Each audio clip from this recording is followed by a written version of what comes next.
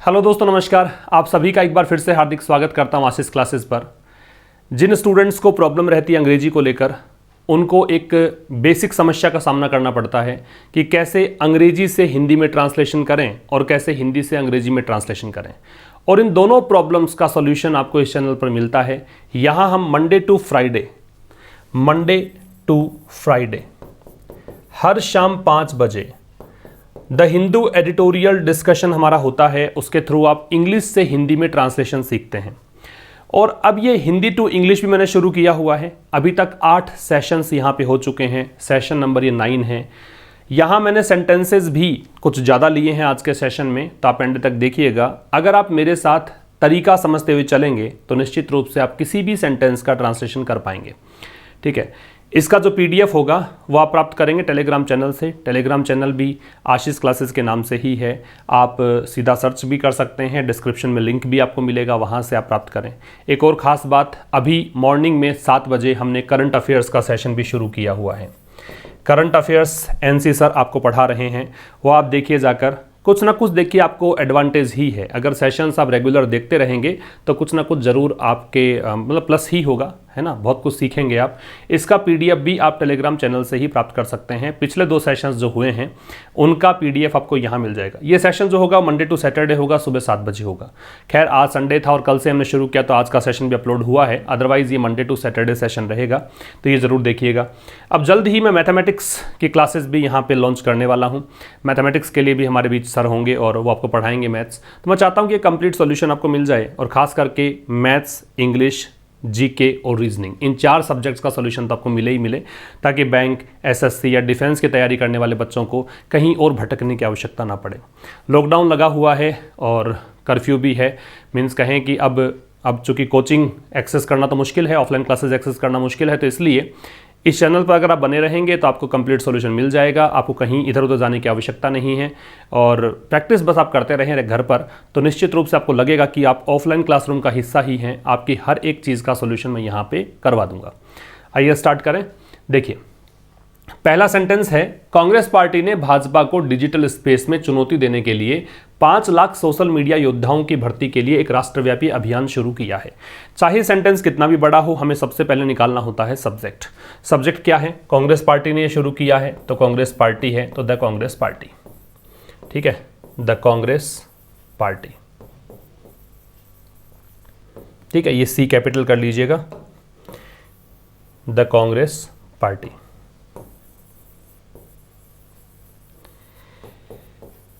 ठीक है, इसने क्या किया है? इसने एक अभियान शुरू किया है, और वो भी अभियान कैसा है? राष्ट्रव्यापी अभियान है। तो कोई भी काम किया है, या हमने पिछले सेशंस में डिस्कशन हमारा हुआ था, कोई भी काम आपने किया है या कर चुके हैं तो उसके लिए आप क्या लगाते हैं? हैज या हैव के साथ थर्ड फॉर्म लगाते हैं। तो कांग्रेस पार्टी के साथ क्या लगेगा? हैज। अभियान शुरू किया है तो लॉन्च्ड, हैज लॉन्च्ड।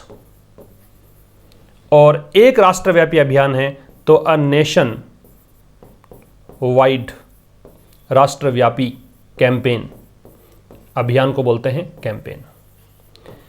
तो the Congress party has launched a nation wide campaign. क्या अभियान शुरू किया है? अभियान शुरू किया है 5 लाख सोशल मीडिया योद्धाओं की भर्ती के लिए। ठीक है, तो भर्ती करने को बोलते हैं रिक्रूट। तो टू रिक्रूट, किसको भर्ती करना है? 5 लाख सोशल मीडिया योद्धा। तो social media, 5 lakh social media warriors, योद्धाओं को क्या बोलते हैं? वॉरियर्स। किसके लिए? तो एक बार फिर से उद्देश्य के लिए हम टू लगाते हैं, इन्फिनिटिव लगाते हैं। उद्देश्य है भाजपा को डिजिटल स्पेस में चुनौती देने के। तो यहां पे वर्ब क्या है? चुनौती देना, टू चैलेंज। किसको चैलेंज करना है? बीजेपी को। बीजेपी राजनीतिक पार्टी है तो दे लग जाएगा। द बीजेपी कहां पर? डिजिटल स्पेस में, in the digital space, in the digital space. तो देखो, सेंटेंस चाहे कितना ही बड़ा हो, हमने बहुत आसान इसको किया। सबसे पहले हमने निकाला सब्जेक्ट। सब्जेक्ट था कांग्रेस पार्टी, ये आपका सब्जेक्ट हो गया। इसका काम क्या था? इसने राष्ट्रव्यापी अभियान की शुरुआत की है, तो शुरू किया है, ये इसकी वर्ब हो गई। ठीक है, तो द कांग्रेस पार्टी, चूंकि कोई भी काम किया है तो हैज हैव के साथ वर्ब की थर्ड फॉर्म रखनी थी हमारे को, तो हैज लॉन्च्ड किया। क्या लॉन्च किया है? तो वो आपको ऑब्जेक्ट लगाना है। ऑब्जेक्ट यहां पे दे रखा है राष्ट्रव्यापी अभियान, तो इसको मैंने किया ए नेशन वाइड कैंपेन। अब किसके लिए किया, तो यहां पे पीछे चलते चलिए, मैंने पहले भी सेशन में बताया था कि हिंदी से उल्टा आप चलेंगे तो अंग्रेजी बन जाएगी। तो के लिए एक ये उद्देश्य है, पर्पज है, पर्पज की के लिए आप इन्फिनेटिव लगाते हैं, तो टू रिक्रूट ये भर्ती के लिए आ गया। किसकी भर्ती करनी है, ये 5 लाख सोशल मीडिया योद्धा हैं, तो 5 लाख सोशल मीडिया वॉरियर्स। और ये किसके लिए है, फिर से देखो टू लगा दिया। चुनौती देना यहाँ पे वर्ब है, तो टू चैलेंज कर दिया। चैलेंज किसको करना है, बीजेपी को, और कहाँ पर, इन द डिजिटल स्पेस। बात समझ में आ गई आपको, ठीक है। इसका पीडीएफ लेके पहले से खुद सोल्व करके देख लो, जितना भी आपसे ट्रांसलेशन हो पाता है वो देखो, उसके बाद में सेशन देखोगे ना, फिर मैच करो कि भी मैं कितना सही था और यहाँ पे मैंने बताया है वो कितना मतलब अलग से आ रहा है, उस तरीके से आप सीख पाओगे। सेकंड सेंटेंस, आज के सेशन में मैंने पहले ही कहा कि कुछ सेंटेंसेस ज़्यादा लिए हैं मैंने, ठीक है। देखो, पंजाबी गायक और अभिनेता दिलजीत ने कंगना रनौत की ताज़ा टिप्पणियों पर प्रतिक्रिया दी है। फिर से देखो, कोई भी काम किया है, पहली बात तो सब्जेक्ट निकालो। सब्जेक्ट क्या है, पंजाबी गायक और अभिनेता दिलजीत, दिलजीत सब्जेक्ट है, और दिलजीत से पहले यहाँ पे पंजाबी गायक और अभिनेता लगाना है आपको, तो पंजाबी सिंगर, ये पंजाबी गायक और अभिनेता and actor, Punjabi singer and actor, नाम क्या बताया, Diljit, Punjabi singer and actor Diljit. क्या किया है इन्होंने, प्रतिक्रिया दी है, ये क्रिया है इसकी, ये सब्जेक्ट हो गया भाई, यहां से लेकर यहां तक तो पूरा सब्जेक्ट हो गया कि नहीं, ये तो सब्जेक्ट हो गया।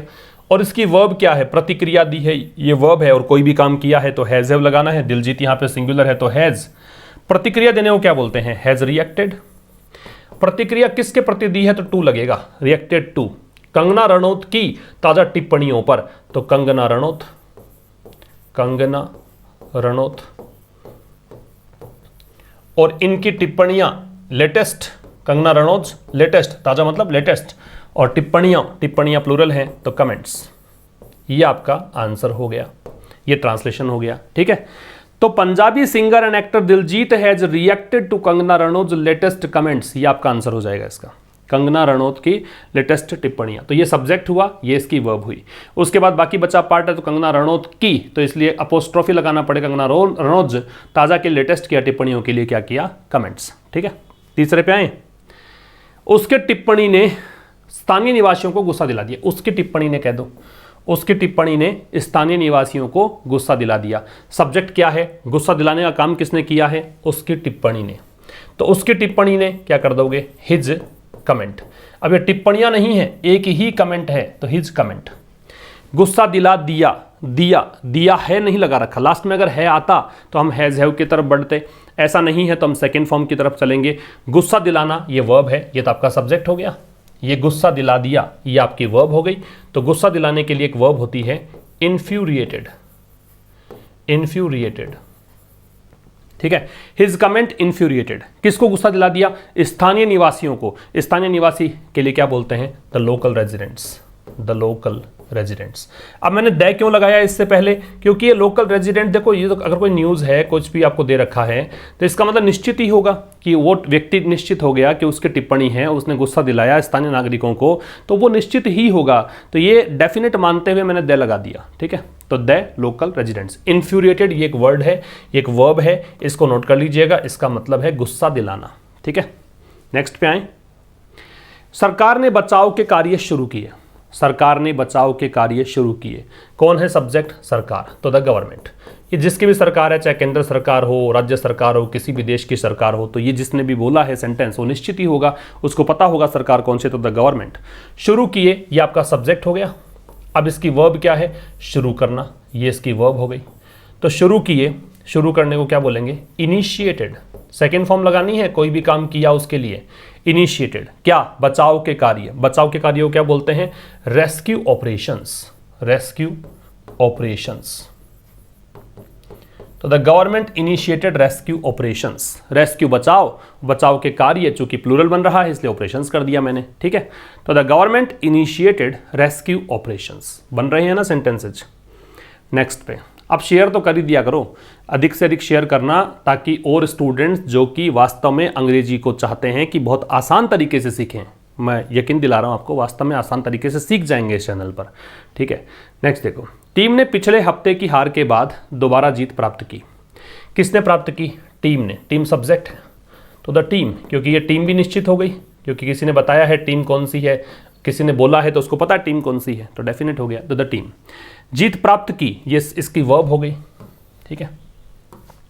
एक बार देखो दोबारा जीत प्राप्त की ये कह रखा है, तो पुनः जीत प्राप्त की इसके लिए एक वर्ब होती है bounced back, the bounced back. Bounce back का मतलब हारने के बाद फिर से जीतना, ठीक है। तो द टीम बाउंस बैक, चूंकि की ये की है, अगर ये होता है लगा होता लास्ट में तो हैज है के साथ थर्ड फॉर्म लगाते, है नहीं है तो हम सेकंड फॉर्म में लेंगे। तो द टीम बाउंस्ड बैक, कहां से जीत प्राप्त की है, पिछले हफ्ते की हार से। बाउंस्ड बैक कहां से हुआ है, तो फ्रॉम लगेगा, फ्रॉम लास्ट वीक्स डिफीट, पिछले सप्ताह की हार, लास्ट वीक्स डिफीट, ठीक है। तो the team bounced back from last weeks defeat, पिछले सप्ताह की हार के बाद टीम ने जीत प्राप्त की। टीम यहां पे सब्जेक्ट हुआ, बाउंस बैक इसकी वर्ब हुई। कहां से जीत प्राप्त हुई है, पिछले सप्ताह की हार से, तो फ्रॉम लगता है। बाउंस बैक कहां से आपने किया है, फ्रॉम लगा दिया, लास्ट वीक्स डिफीट कर दिया, पिछले सप्ताह की हार से, ठीक है। नेक्स्ट पे आओ। सरकारी औपचारिकताओं ने उसके नए प्रोजेक्ट की प्रगति को रोक दिया। किस चीज ने काम किया है, जरा सोचो, किसने काम किया। यहां पे सब्जेक्ट क्या है, सब्जेक्ट है सरकारी औपचारिकताएं। तो सरकारी औपचारिकताओं को क्या बोलते हैं, गवर्नमेंट फॉर्मेलिटीज। तो द लगा दो, क्योंकि जिसने भी कहा है ये उसको पता है कौन सी फॉर्मेलिटीज हुई होगी। तो the government formalities, the government formalities. क्या किया है इसने प्रगति को रोक दिया है। प्रगति को रोकने को बोलते हैं बॉग्ड डाउन। एक वर्ब लिखा रहा हूं, एक फ्रेजल वर्ब है, बॉग्ड डाउन। नए नए देखो वर्ड्स भी सीखते हैं आप। तो द गवर्नमेंट फॉर्मेलिटीज बॉग्ड डाउन, किसकी प्रगति को रोक दिया, उसके नए प्रोजेक्ट की। तो हिज न्यू प्रोजेक्ट, क्योंकि प्रगति रोकने के लिए बॉग्ड डाउन हमने यूज कर लिया, तो इसलिए इज न्यू प्रोजेक्ट, ठीक है।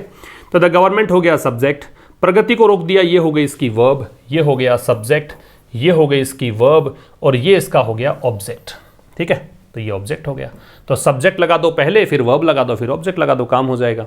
तो द गवर्नमेंट फॉर्मेलिटीज बॉग्ड डाउन, चूंकि दिया यही कह रखा, दिया है होता तो हैज हैव लगाते, ये पास्ट सिंपल में जाएगा। तो बॉग्ड डाउन हिज न्यू प्रोजेक्ट। एक बार एक संत के कई शिष्य थे, एक तो ये सेंटेंस है, फिर उसके आगे है उसने उन्हें एक बहुत महत्वपूर्ण मंत्र सिखाया। पहले तो एक बार एक संत के कई शिष्य थे, तो एक बार को बोलते हैं वंस, एक बार एक संत, तो वंस अ सेज, एक बार एक संत के कई शिष्य थे, हैड मैनी डिसाइपल्स। डिसाइपल का मतलब होता है शिष्य, ये एक सेंटेंस बन गया। जैसे मैं कहूं मेरे पास एक बाइक है, आई हैव अ बाइक, है ना। उसके पास एक कार है, ही हैज ए कार। वैसे ये उसके पास कार थी तो ही हैड ए कार। तो ये शिष्य थे उसके, तो हैड लगा दिया मैंने। अगर शिष्य हैं तो मैं हैज कर देता। संत को बोलते हैं सेज, तो वंस एक बार की बात है, अ सेज हैड मैनी डिसाइपल्स, अनेकों मतलब कई, मतलब मैनी। उसने उन्हें, उसने किसके लिए आ रहा है, संत के लिए, तो ही लग जाएगा सब्जेक्ट। वर्ब क्या आएगी, वर्ब है मंत्र सिखाया, ये इसकी वर्ब है। तो सिखाने को क्या बोलते हैं, टॉट, ही टॉट। देखो दो चीजें हैं, एक तो मंत्र सिखाया है और उन्हें सिखाया है। दो ऑब्जेक्ट होते हैं सेंटेंस में, किसी भी सेंटेंस में दो प्रकार के ऑब्जेक्ट होते हैं, एक होता है डायरेक्ट ऑब्जेक्ट, एक होता है इनडायरेक्ट ऑब्जेक्ट। एक वो ऑब्जेक्ट जिसमें वर्ब से आप पूछते हो, व्हाट से क्वेश्चन पूछते हो कि क्या किया, तो क्या किया, वो तो यहाँ पे क्या किया, मंत्र सिखाया। क्या सिखाया, मंत्र सिखाया। किसको सिखाया, उन्हें सिखाया। तो जनरली जो सेंटेंस का स्ट्रक्चर होता है उसमें इनडायरेक्ट ऑब्जेक्ट पहले आता है, डायरेक्ट बाद में। मतलब जो होम का आंसर है, किसे का आंसर है, होम का आंसर है वो पहले और व्हाट का आंसर बाद में। तो टॉट देम, उन्हें, और क्या सिखाया, he taught them a very important, बहुत महत्वपूर्ण, ये इसका आपको एडजेक्टिव लगाना पड़ेगा, अ वेरी इंपॉर्टेंट मंत्र। बात समझना। सब्जेक्ट हुआ ही, मैं फिर कह रहा हूं सेंटेंस का स्ट्रक्चर ये होता है, सब्जेक्ट वर्ब, फिर होता है इनडायरेक्ट ऑब्जेक्ट, और फिर होता है डायरेक्ट ऑब्जेक्ट। ये होम का आंसर होता है और ये व्हाट का आंसर होता है, ठीक है। तो देखो सब्जेक्ट हुआ ही, क्योंकि सेंट के लिए, संत के लिए प्रोनाउन यूज कर दिया। वर्ब क्या है, सिखाया, तो taught, second form past simple ले ली। फिर इनडायरेक्ट ऑब्जेक्ट क्या होगा, उन्हें सिखाया, तो देम लग गया। फिर क्या सिखाया, ये सिखाया है मंत्र, लेकिन मंत्र की विशेषता बता रखी है, बहुत ही महत्वपूर्ण, तो वेरी इंपॉर्टेंट हमने साथ में जोड़ दिया। इस तरीके से हम इसका ट्रांसलेशन कर देंगे, ठीक है। नेक्स्ट पे आ जाओ। भारत की रक्षा के लिए हम अन्य देशों पर निर्भर नहीं रह सकते। तो हम निर्भर नहीं रह सकते, ये तो सब्जेक्ट है। तो हम के लिए वी, नहीं रह सकते, कोई भी काम नहीं कर सकते, हम अंग्रेजी नहीं बोल सकते, we can't speak English, can not को यूज करते हैं ना, वी कैंट स्पीक इंग्लिश। हम वहां नहीं जा सकते, वी कैंट गो देयर। वे यहां नहीं आ सकते, दे कैंट कम हियर। वह नहीं बोल सकता, ही कैंट स्पीक। वह गाना नहीं गा सकता, ही कैंट सिंग अ सॉन्ग। इस प्रकार से सेंटेंस बनते हैं। तो वी कैंट नहीं रह सकते, अगर ये होता निर्भर मतलब निर्भर नहीं हो सकते तो हम सीधा डिपेंड कर देते, लेकिन रह सकते मतलब अभी भी निर्भर हैं और आगे भी निर्भर रहना है, तो इसके लिए कैंट रिमेन। रिमेन का मतलब बने रहना। We can't remain dependent upon, dependent on, निर्भर रहना किस पर, अन्य देशों पर, on other countries, on other countries, किसके लिए, भारत की रक्षा के लिए। तो के लिए लग गया फॉर इंडियाज, भारत की रक्षा, इंडियाज डिफेंस, डिफेंस का मतलब रक्षा। समझ गए। We can't remain dependent on others countries for India's defence. आप सीधा यूं भी कर सकते हो, वी कैंट डिपेंड ऑन, सीधा डिपेंड ऑन भी कर सकते हो। रिमेन मैंने इसलिए किया कि नहीं रह सकते मतलब अभी डिपेंड हैं, आगे भी हम डिपेंड रहें, उसके लिए रिमेन यूज कर दिया। अदरवाइज सीधा डिपेंड ऑन करोगे तो भी वाक्य बन जाएगा। ठीक है, तो वी कैंट रिमेन, ये कैन नॉट का एब्रिवेटेड फॉर्म है। We can't remain dependent on other countries for India's defence, Bharat की रक्षा। नेक्स्ट, यूनियन ने हड़ताल के लिए समर्थन वापस ले लिया।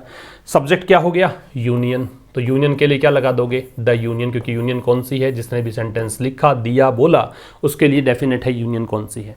यूनियन ने क्या किया, ये सब्जेक्ट हो गया। समर्थन वापस ले लिया, समर्थन वापस ले लिया, वापस कोई चीज को लेते हैं उसको बोलते हैं बैक्ड ऑफ। तो backed of, the union backed of क्या, समर्थन, द सपोर्ट। सपोर्ट किसके लिए था, फॉर हड़ताल के लिए, फॉर द स्ट्राइक। तो स्ट्राइक भी डेफिनेट ही होगी जिसकी बात कर रहे हैं, तो फॉर द स्ट्राइक। तो the union backed of the support for the strike, ये सब्जेक्ट हुआ, ये वापस लेना है वर्ब हुई, समर्थन इसका ऑब्जेक्ट हुआ। ठीक है, और ये आपका जोड़ना है फिर आगे फॉर द स्ट्राइक। ठीक है, तो the union backed of the support for the strike. Back of का मतलब नोट कर लेना। वह कट्टरपंथी विचार रखता है, वह एक बाइक रखता है, वह एक कार रखता है, उसके पास बहुत सारे पैसा रखता है, तो हैज या हैव का प्रयोग करते हैं। तो ही रखता है, हैज। कट्टरपंथी को बोलते हैं रेडिकल, रेडिकल, और विचारों को बोलते हैं थॉट्स। ठीक है, ही हैज रेडिकल थॉट्स।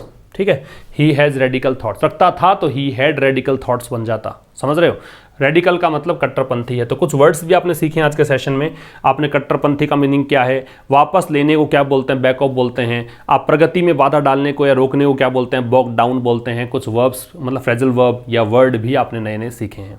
तो ये था इस सेशन में। मैं फिर कह रहा हूँ, पहले आप इस सेशन का PDF प्राप्त करें टेलीग्राम चैनल से, उसको खुद से सॉल्व करने की कोशिश करें और पूरे ध्यान लगाकर पूरा फोकस करके इस सेशन को देखें।